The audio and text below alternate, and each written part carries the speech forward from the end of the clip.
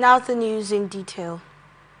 Nigerian police force has finally confirmed the arrest of a popular whistleblower, Bristol Isaac, popularly known as Pidom Nigeria, who was earlier declared missing online. ATN learned that Pidom is a renowned investigative journalist known for exposing corruption by leaking sensitive documents from both federal and state governments. The journalist suddenly disappeared online a few days before the End Bad Governance protest, which he also promoted via his handle on X. There have been great concern about his whereabouts as netizens and some stakeholders, including the former Minister of Education, Obi Ezekwesili, have demanded an explanation from the police. Confirming his arrest on Saturday, the force spokesman, ACP Olumoyiwa Adejobi, said Pidom was nabbed over serious offences that undermines the integrity of government operations.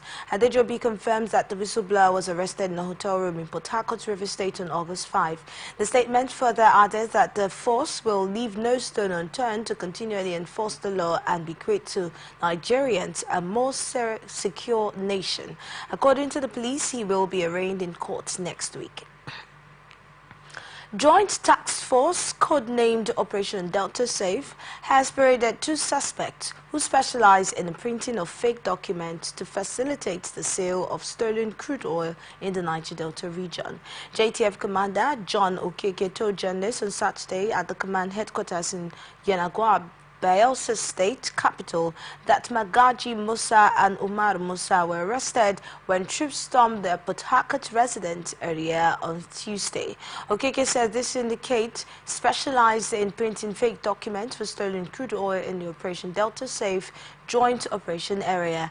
This syndicate is responsible for procuring fake documents to provide free passage for oil thieves' activities in the joint operation area, noting that such act has made it possible for oil thieves to evade arrest, which has indeed contributed largely to the reported illegal oil bunkering operations in the oil producing region.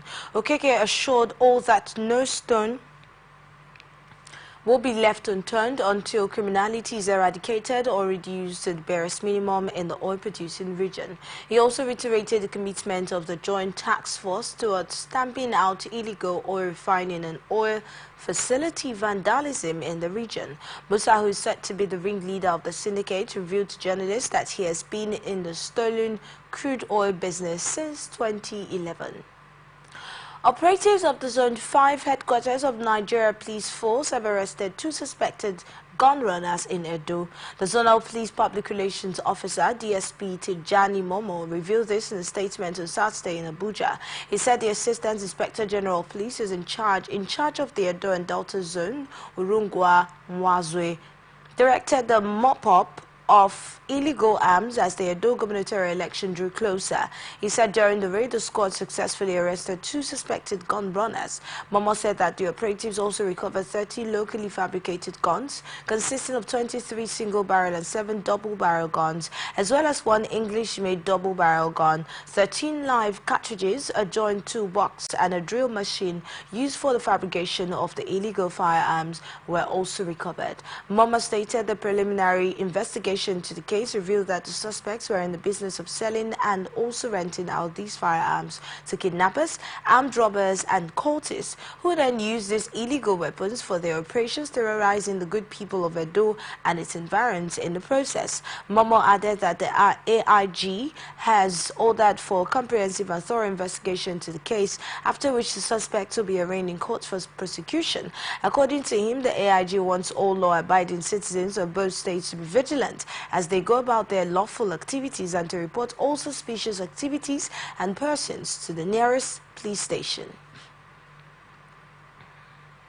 Anambra State government has banned all social events, weddings, shows and entertainment on public school premises.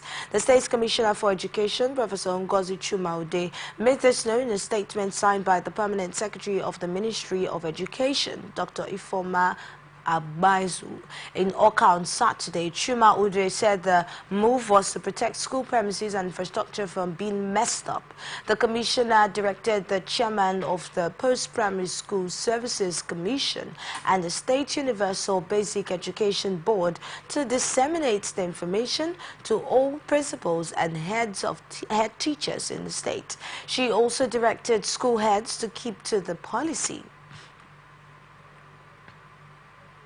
Abia State Chapter of the All Progressives Congress has reasoned in support of the Deputy Speaker of the House of Representatives, Right Honorable Benjamin Okezie Kalu, for calling on Governor Alex Oti to return the ruling party at the center. This is just as the State Executive Council of the party vowed to suspend one Okezie for parading himself as the APC Publicity Secretary in Abia and issuing an unauthorized statement on behalf of the EXCO. The Abia APC Chairman, Dr. Kingsley Ononobu, who made the position of the party known in a statement on Saturday, insisted that the state chapter of the party was solidly behind Kalu and reiterated the call on OT to return to its folds. He described Ezeala as an inconsistent character who engages in anti-party activities and unauthorized utterances. Ononobo disclosed that the state EXCO will be summoning Ezeala, who apologized to the state governor on behalf of the party, to explain when he became the spokesperson of Abia APC and who authorized him. According to him, Ezeala's role as the publicity secretary of the party ended the day he bought a form to contest for the position of the State House of Assembly in the 2023 election, saying that in line with the rules he is supposed to relinquish his role. While disclosing that the name of the publicity secretary of the party in the state will be announced soon, Honorable enjoined members of the APC in Abia to remain calm as the State Executive Committee was handling the matter, while they should be more united and firm in supporting the Deputy Speaker, as well as working hard to win more souls for the party and take over government in Abia come 2027. In a crackdown on public indecency, the Lagos state government has arrested 6 individuals for openly urinating on the rail track in front of the Nigeria Army Shopping Complex Arena in Oshodi. This was made known in the statement shared by the Commissioner of Environment and Water Resources, Tokumbo Wahab, on X.com on Saturday. The arrests were made as part of the Lagos state government's ongoing efforts to enforce a cleaner and more sanitary environment under the hashtag Zero Tolerance Lagos and hashtag Cleaner Lagos initiatives. Meanwhile, the Lagos state government, through the special task force, is set to prosecute 6 arrested individuals for openly urinating on the rail line by the popular Nigeria Army Shopping Complex Arena in Oshodi. According to the special task force, the suspects will soon be prosecuted according to the Lagos state environmental laws. ATN recalled that on Thursday, the state government embarked on total enforcement against environmental degradation with a vow to commence prosecution of individuals who engage in open defecation, particularly along the Bega Expressway and rail lines, amongst others. Also, Lagos State Environmental Sanitation Corps, LSNC, popularly called KAI, held a stakeholders management meeting where the Corps Marshal Major Olani Kole, retired, declared immediate total enforcement of the directive, placing officers on red alert. Cole, while speaking at the stakeholders meeting, charged officers to go full swing in enforcing the state environmental laws, particularly open defecation, with a directive to arrest offenders irrespective of status or class. All Progressives Congress in Osun State has criticized the donation of 1 billion naira by Governor Ademola Adeleke and his siblings to the Cherubim and Seraphim Church in Lagos. The party, in a statement signed by its chairman Tajuddin Lawal, criticized the governor for donating such a sum at the time the state is in financial distress. ATN recalls that on Sunday, Dr. Deji Adeleke announced the donation of 1 billion naira to the church in Lagos in remembrance of the late matriarch of the Adelekes, Esther Adeleke, who was a prominent member of the church during her lifetime. The donation has generated reactions from both the lowly and highly placed members of the society, with some questioning the rationale behind the gesture. Lawal held that everything was morally wrong with the donation of such a huge sum of money for frivolities by the governor and his siblings. Lawal stated that while the APC is not in any way opposed to the support of religious groups by any individual or group of people, it is however pertinent that such should be done with utmost decency. He also explained further that the timing of the donation, when Adeleke is still the chief executive of the state, made it susceptible to the conclusion by right-thinking members of society that the money was coughed out of the common patrimony of Osun State. Lawal, who stated that it would interest the people who are the real owners of the state's funds, of which Adeleke is only its caretaker, to know why it is during the tenure of the governor that it occurred to the Adeleke siblings that they should donate the money to their late mother's church. He maintains that the development signposts the fact that Governor Adeleke either lacks good or credible advisers or refused to hearken to the advice of his numerous advisers, being the governor with the highest number of special advisors and senior special assistants in Nigeria today. We're going on a short break now. Please stay with us. The news continues after this.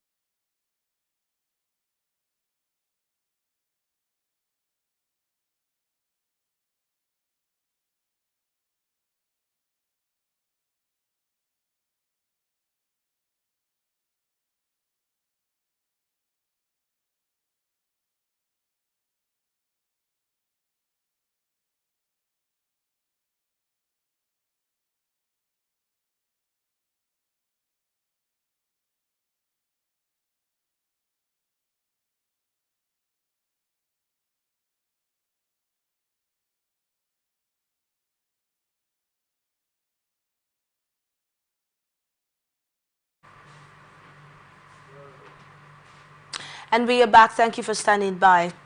Social Democratic Party governorship candidate Murtala Ajaka in the November 11, 2023 governorship election in Kogi State has called on the Inspector General of Police Kayode Betoku and other relevant security agencies to investigate the vicious attack on him and his supporters by some thugs.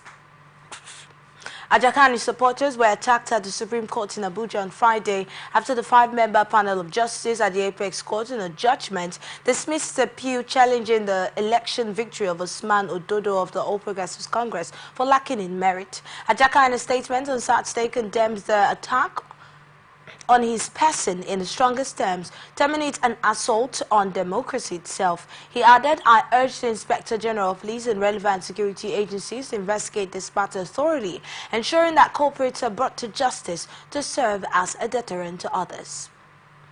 Kogi State government has declared that Governor Usman Ododo remains a staunch member of the All Progressives Congress, certain that he is not considering defecting to the opposition, the People's Democratic Party.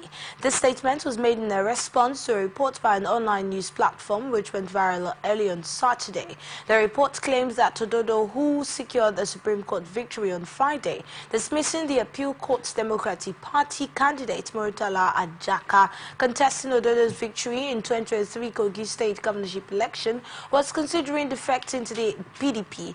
A statement by the State's Commissioner for Information and Communications, Kingsley Fawo, on Saturday, obtained by newsmen, describes the report as a reckless and unprofessional media report. The statement clearly stated that the report was a product of mischief makers and promoters of falsehood who are still leaking their wounds after their loss at the Supreme Court on Friday. The statement noted that the picture being circulated was taken at the wedding ceremony of the daughter of the Taraba State Governor, His Excellency Abu Kefas, which was attended by dignitaries from across the country, including Vice President of Nigeria, His Excellency Senator Kashim Shettima, GCON, as well as governors from across party lines. His Excellency Alhaji Ahmed Usman Ododo was at the occasion to honor the daughter of a colleague, as other governors did. The statement said the government assured the people of Kogi State that Ododo remains a solid member of the ruling APC and will continue to support all party activities in the state and nationally. Nigeria Police Force on Saturday confirmed the release of 20 medical students who were adopted along the Otupo-Enugu Road. The students, who are from the University of Maiduguri and the University of Jos, were traveling to Enugu from the Federation of Catholic Medical and Dental Students Annual Convention when they were snatched by bandits. The adoption generated massive outcry, which made the Inspector General of Police, Kayode Betoko, order the deployment of tactical operatives and assets, including helicopters, drones, and tactical vehicles, to ensure the swift rescue of the kidnapped students. Also, additional detectives were sent to Benue State to aid the rescue of the adopted medical students. And a statement on Saturday, the Force Public Relations Officer Muyiwa Adejobi stated that no ransom was paid, as speculated on social media. Adejobi said the students were tactically and professionally rescued from their adopters. Operatives of the Nasarawa State Police Command attached to the Kefi Division has intercepted and arrested a woman, Hawa Sani, alongside a 2-year-old child with dangerous weapons. Kefi town is 33 kilometers and about 40 minutes drive from the Federal Capital Territory, FCT. The Nasarawa Police Public Relations Officer Rahman Nansel said in a statement on Saturday that 124 rounds of anti-aircraft ammunition concealed in a gallon of palm oil were recovered from the suspect. He said the operation was carried out on Friday when the operatives intercepted the suspects, a resident of Doro village in Katsina State. According to the PPRO, a preliminary investigation revealed that the suspects received the supply of ammunition at Rafin Sayin village in Doma local government area of Nasarawa State. Operatives of the Sokoto State Police Command have arrested some suspects in connection with the protests held in Sabon Berni, headquarters of Sabon Berni local government area, over the death of the adopted district head Isa Mohammed Bawa. The Deputy Public Relations Officer of the command, the ASP Isa Mohammed, made this known in a statement in Sokoto. He said that miscreants had set ablaze private and public utilities, including 25 housing units constructed by the state government to serve as accommodation for officials posted to serve in the area. The statement said that the command will thoroughly investigate to unravel the individual groups behind the protests in the area.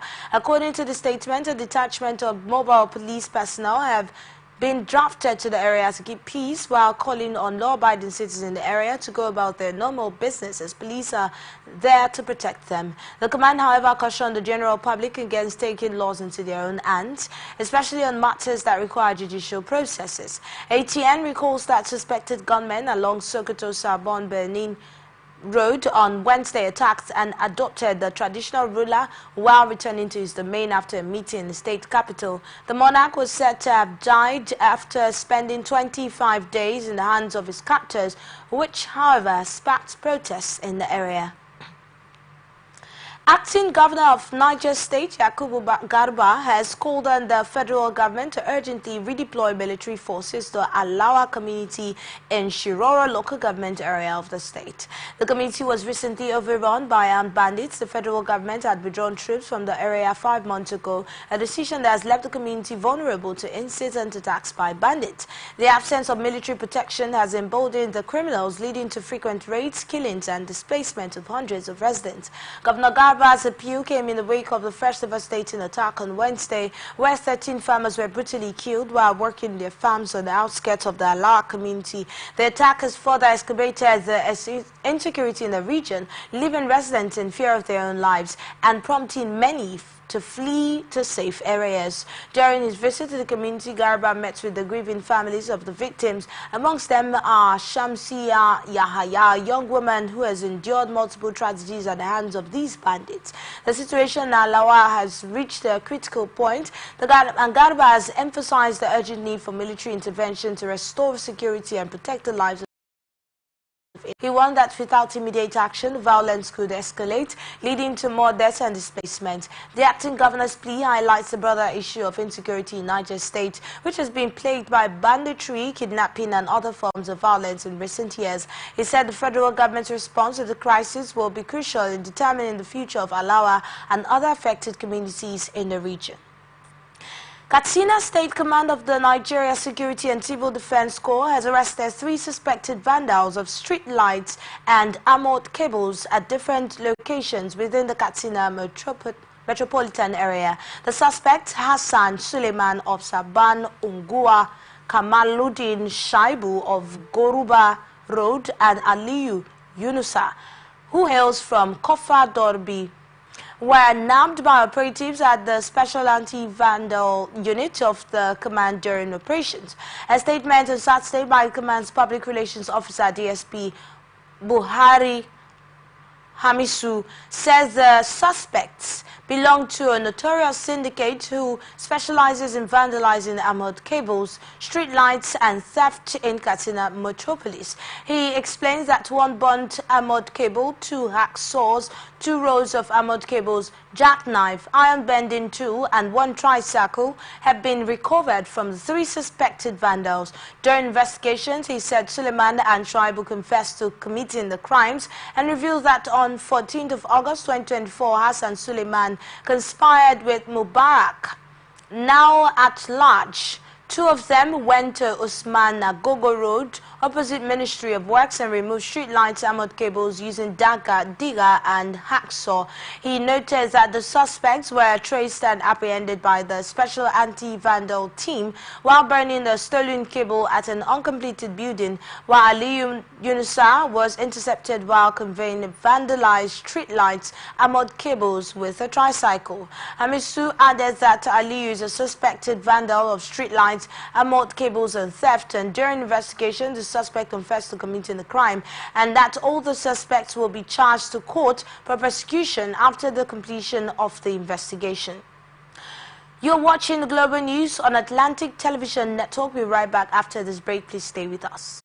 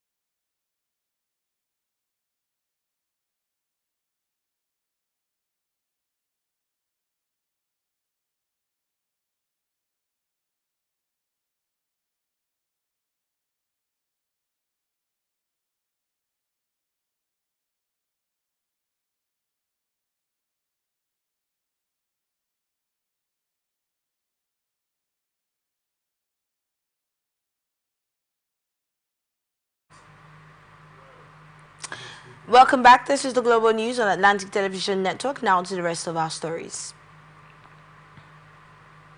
Japan's Foreign Minister, Ms. Kamikawa Yoko, met with Nigeria's Foreign Minister, Ambassador Yusuf Taga, on Saturday, marking a significant step towards the deepening bilateral relations.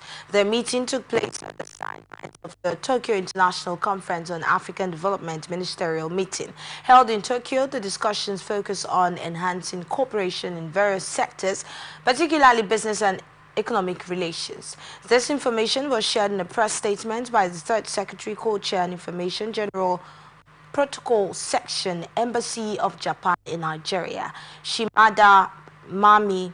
Yoko expressed her appreciation for the constructive dialogues during her visit to Nigeria in April this year. She emphasized Japan's interest in fostering stronger economic ties, including support for startups, as part of the broader efforts to enhance the partnership between the two nations. During her visit to Nigeria, Yoko observed the challenges faced by internally displaced women, leading her to advocate for initiatives grounded in the Women, Peace and Security Framework. She reiterated Japan's commitment to collaborating with Nigeria to address global issues, praising Nigeria's leadership in Africa and its shared democratic values. Toga responded positively, acknowledging the concrete progress achieved through the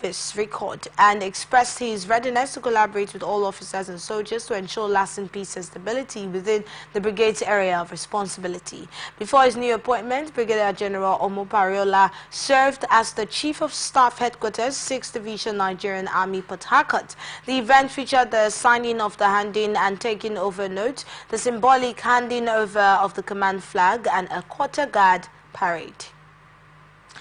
Analysts has expressed dissatisfaction in Nigerian judicial system caused by lack of sincerity and integrity. Speaking on Atlantic Television Network program Atlantic Saturday, public affairs analyst Dr. Godson Kelechi noted that lots of Nigerians have lost hope in the judiciary because of the conflict interference and different versions of judgment from judges.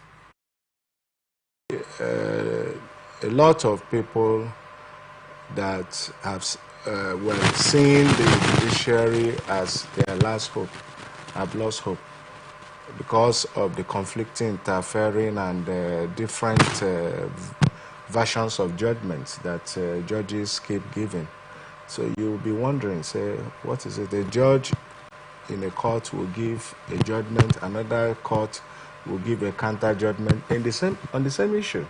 So it shows lack of sincerity, integrity from. On his part, Mr. Chukwusi Ikechukwu advised that spouses of politicians in the judiciary should not be elevated to Chief Justice based on political influence. Maybe to stop them, because since they have the career progress to make, but we should also be sure that these elevations are not a result of political influence at all.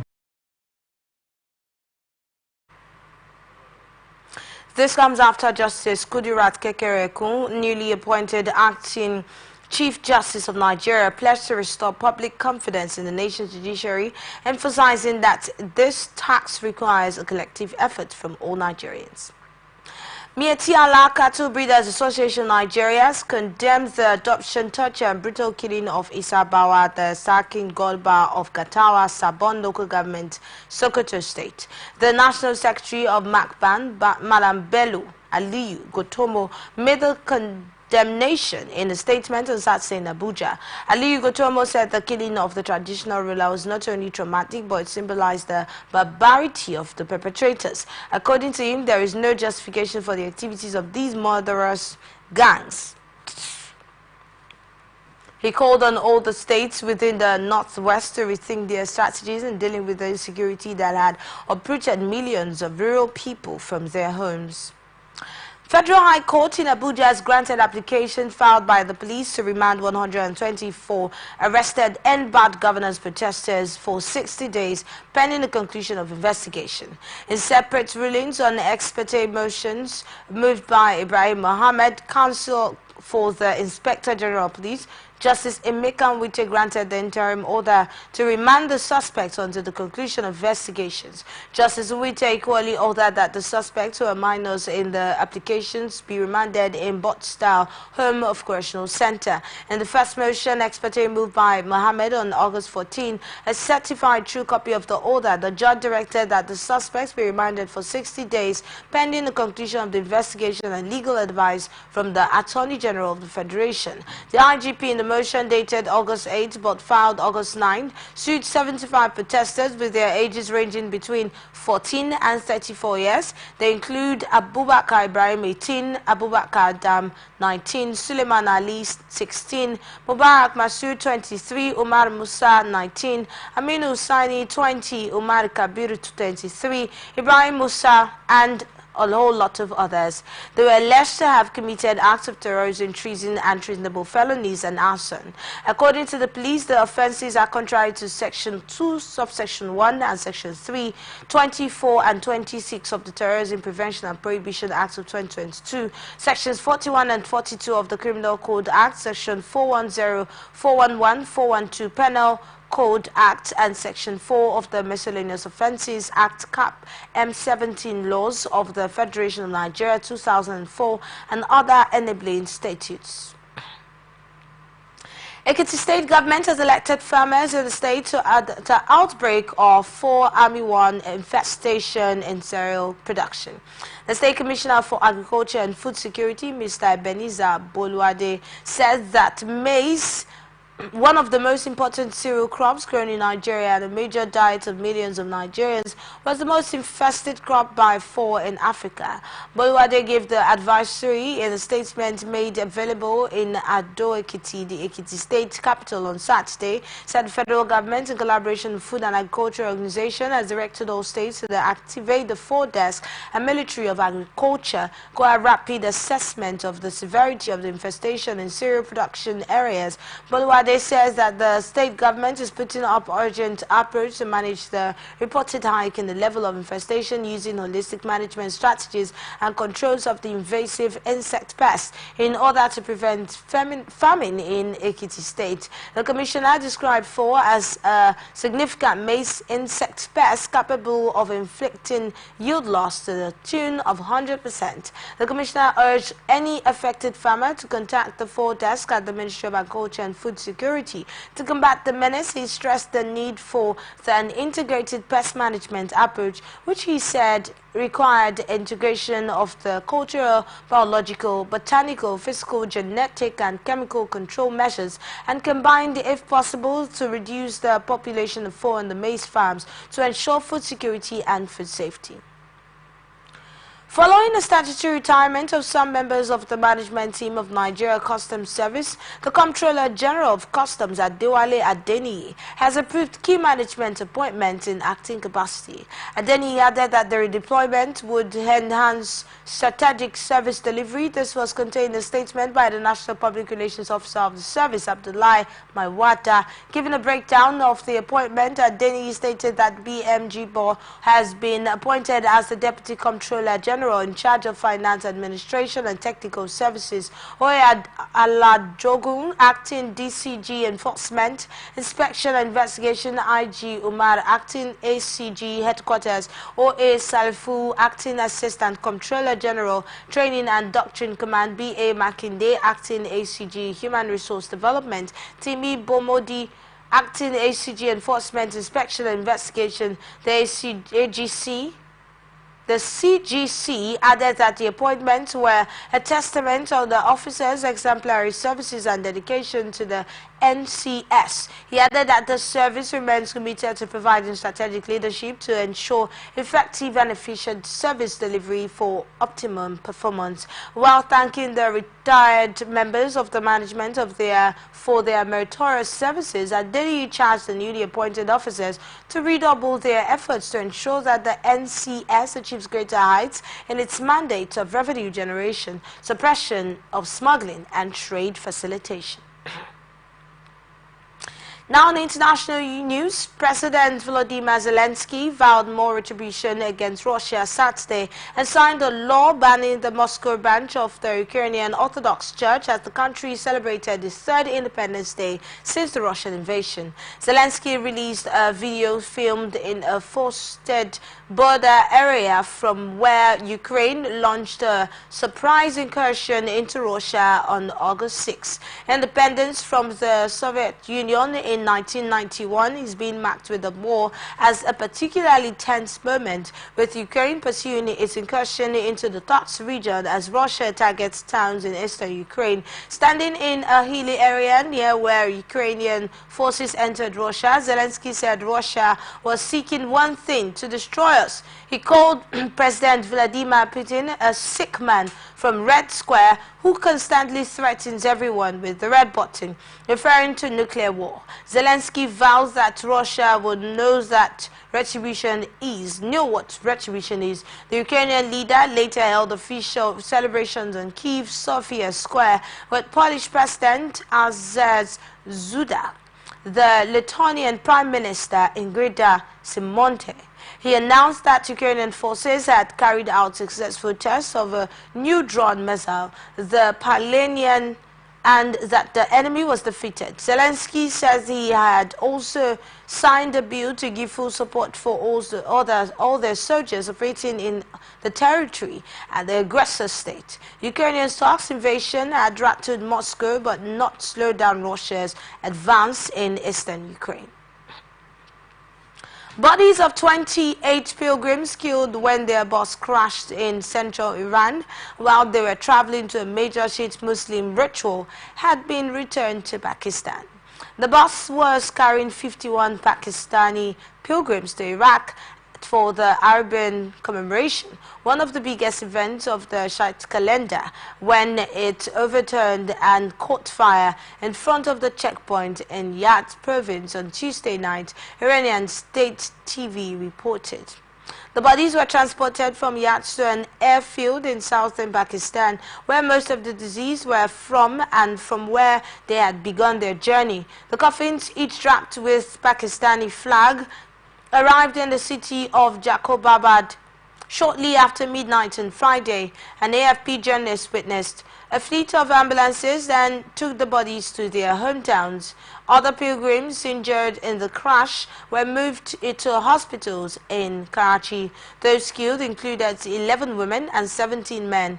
Yazd Province Crisis Management Chief Ali Malik Zadeh told the Iranian broadcaster. Head of the Iran Traffic Police, Taimur Hosseini, cited a brake failure and a steep road as the reason for the crash. Gaza ceasefire and hostage negotiators discuss new compromise proposals in Cairo on Saturday, seeking to bridge gaps between Israel and Hamas as the UN reported worsening humanitarian conditions with malnutrition, sarin and polio discovered. Israeli military strikes in Gaza killed 50 people on Saturday, Palestinian health authorities said. Victims of hostilities over the past 48 hours remain lying on roads where fighting continues or trapped under rubble, the authorities said. A Hamas delegation arrived on Saturday to the nearer at hand to review any proposals that emerged in the main talks between Israel and the mediating countries Egypt, Qatar and United States, two Egyptian security sources said. Qatari Prime Minister Sheikh Mohammed bin Abdulrahman Al Thani was expected to attend. Months on-off talks have so far failed to produce a breakthrough to end Israel's devastating military commando campaign in Gaza or free the remaining hostages seized by Hamas to the military group's October 7 attack that triggered the war. The Egyptian sources said the new proposals include compromises on outstanding points such as how to secure key areas and the return of the people of North Gaza. However, there was no sign of any breakthrough on key striking points, including Israel's insistent that it must retain control of the so-called Philadelphia corridor on the border between Gaza and Egypt. Hamas had accused Israel of going back on things it had previously agreed to take to in the talks, which Israel denies. The group says the United States is not mediating in good faith. In Israel, Prime Minister Benjamin Netanyahu has locked horns with Israeli ceasefire negotiators over whether Israeli troops must remain all along the border between Gaza and Egypt. A person with knowledge of the talks said. A Palestinian official familiar with mediation's efforts said it was too soon to predict the outcome of the talks. Italian prosecutor has opened a manslaughter investigation into the death of British tech magnate Mike Lynch and 6 other people who were killed when a luxury yacht sank in stormy area of Sicily this week. The head of the public prosecutor's office of the Termini, Ambrogio Catosio, said that while the yacht had been hit by a very sudden meteorological event, it was plausible that crimes of multiple manslaughter and causing of shipwreck through negligence had been committed. So far, the investigation was not aimed at any individual person, he told the news conference. Lynch, 18-year-old daughter Hannah was also among those who died when the family's 56-meter boat at the Bison capsized during a fierce pre-dawn storm on Monday off Porticello near Palermo. 15 people survived, including Lynch's wife, whose company owned the Bayesian and the yacht's captain. Gattuso says that the disaster would be even more painful if the investigation showed it was caused by behaviors that were not aligned to the responsibilities that everyone needs to take in shipping. The captain, James Cutfield, and the other survivors had been questioned this week by authorities. None of them have commented publicly on how the ship went down. Rafael Camarano, another prosecutor speaking at the same news conference, said that when authorities questioned Cutfield, he had been extremely cooperative. The sinking had puzzled naval marine experts who say a boat at the Bayesian built by Italian high-end yacht manufacturer Perini should have withstood the storm and in any case should not have sunk as quickly as it did. Explosion has occurred outside the Bet Yaakov synagogue in La Grande Motte, southern France, leaving one police officer injured and prompting a swift increase in security measures around Jewish places of worship across the country. The explosion, which took place around 8:30 a.m. local time on Saturday, now being investigated by France's specialist anti-terrorism prosecutor as an attempt to terrorist murder. Two vehicles parked in front of the synagogue were set alight, one of which reportedly contained a gas canister. The flames also spread to two doors of the synagogue. Authorized authorities are reviewing CCTV footage that captured an individual walking away from the vehicle's movement before the explosion. This individual is now the focus on the ongoing investigation. French Interior Minister Gerald Darmanin described the fire as an obviously criminal act. They reassured the Jewish community of his full support. In a statement on X, formerly Twitter, Darmanin emphasized at the request of President Emmanuel Macron that all means are being mobilized to find the perpetrator. Notatan Arfi, the president of Representative Council of Jewish Institutions in France, condemned the attack as an attempt to kill Jews. He highlighted the deliberate timing of the explosion, which coincided with the arrival of worshippers for Saturday morning prayers.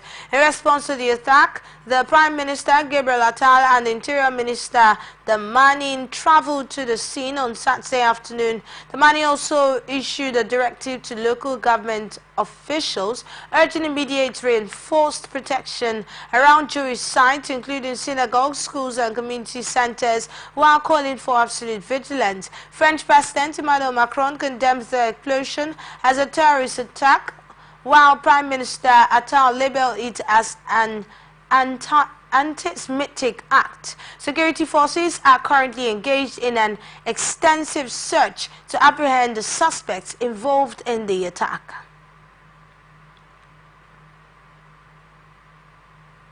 Now, sports news. Reports have it that Nigeria Football Federation has described the death of Heartland FC coach and former under-20 goalkeeper Christian Obi as shocking and sad.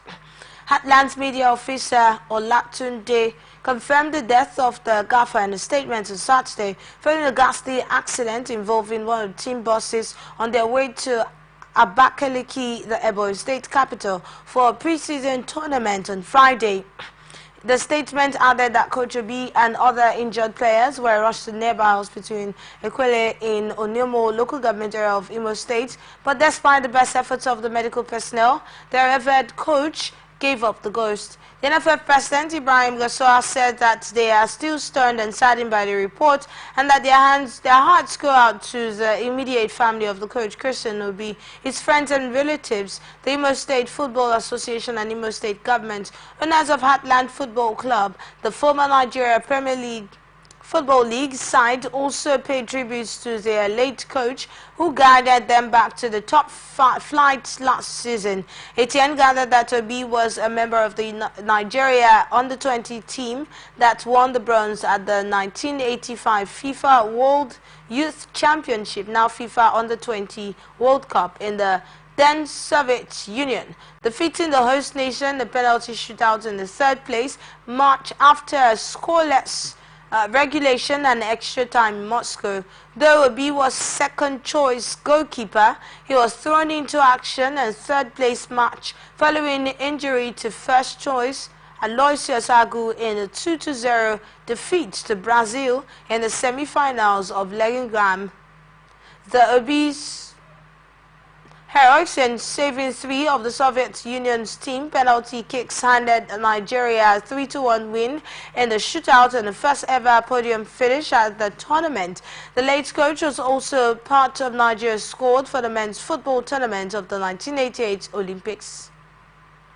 Nigerian youngster Godwin Odosen has sealed a move to the Romanian club Dinamo. The teenager joined the Romanian Giants from Black Stars Football Academy. The move was facilitated in partnership with Lagos-based Magic Stars Academy.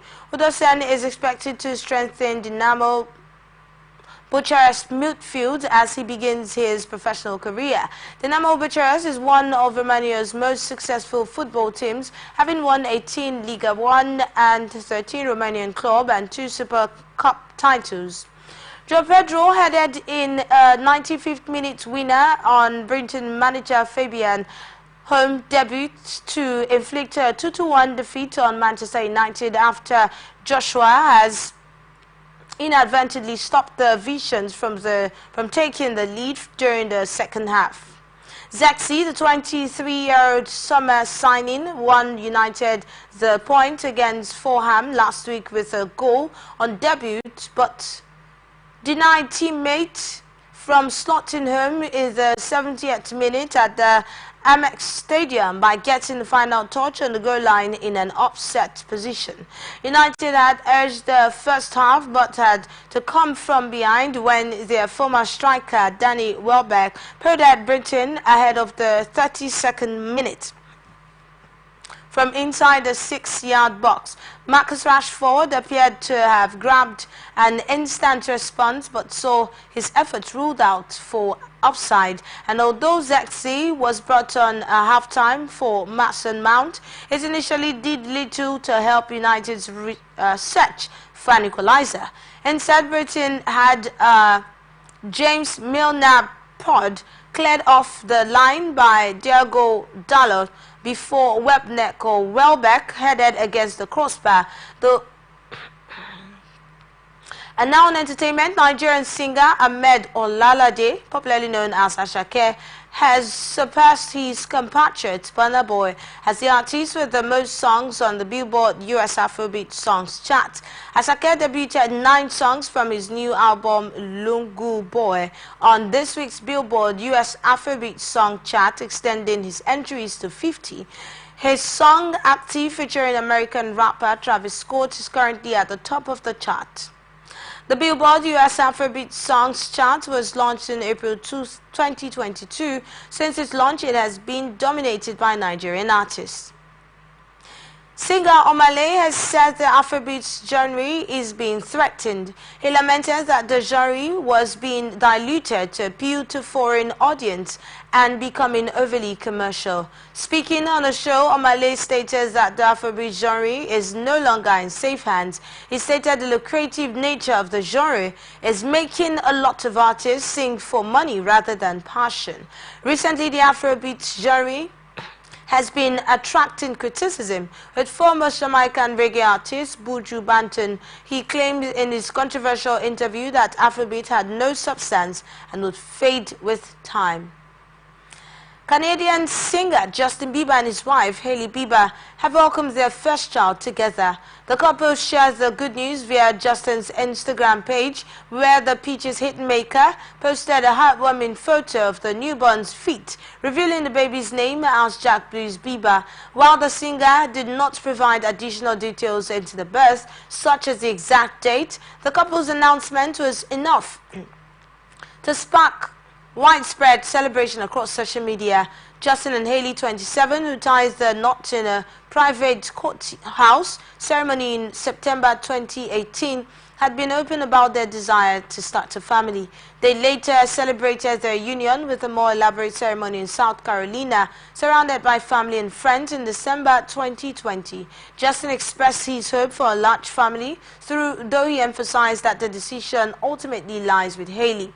Justin has been a prominent figure in the music industry since his teenage years, with a career marked by a series of successful singles, 6 studio albums and numerous awards. His personal life, particularly his relationship with Halle, has also been a subject of great interest among fans and the media.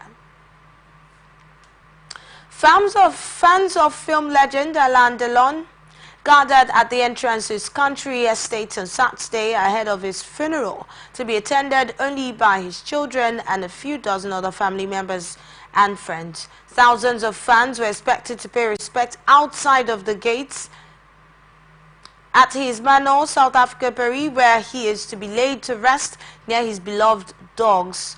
All weeks, hundreds of fans have gathered outside the gates to leave floral tributes and cards. Hours before the ceremony, a crowd had already begun to gather. French police set up roadblocks near the manor in the village of Douchy, with the airspace overhead also closed for the whole of the weekend. The 50 or so mourners allowed into the estate's private chapel will have to leave their mobile phones at the door. The 88-year-old star of such classics as Le Samurai, The Leopard, The Papun Lao Nun, and who was one described as Europe's James Dean, died on Saturday. Delon's 3 children, who were with him when he died, told AFP that they were extremely touched by the fervor and affection showed by his fans in France and across the world. His ex-wife and mother of his children will be present, as will actors Nicole Kaufman, Morel Robin and Geraldine Danon, sources close to proceedings told AFP. Since his death, France had been paying homage to Delon, one of the country's biggest but most divisive stars. And that is the global news for tonight. But before we go, another look at the major stories. Police confirms arrest of Pidon. Edo police nabbed 2 suspected gun runners. Federal government, Japan to strengthen bilateral ties. Government alerts farmers on fall infestation. Zelensky vows more retribution for Russia. Ashake breaks Burna Boy's record. NFF mourns Heartland coach. I am Enidoye Jackson. Thank you for watching. Remember to follow us on all of our social media platforms, on Facebook and YouTube at Atlantic Television Network, and Instagram and TikTok at Atlantic TV Network 1, and on X at Atlantic TV Net. Watch us live on our website at www.atlanticnetwork.tv. Peace and unity are the pathways to progress. Once again, I am Enidoye Jackson. Thank you for watching and have a very good evening.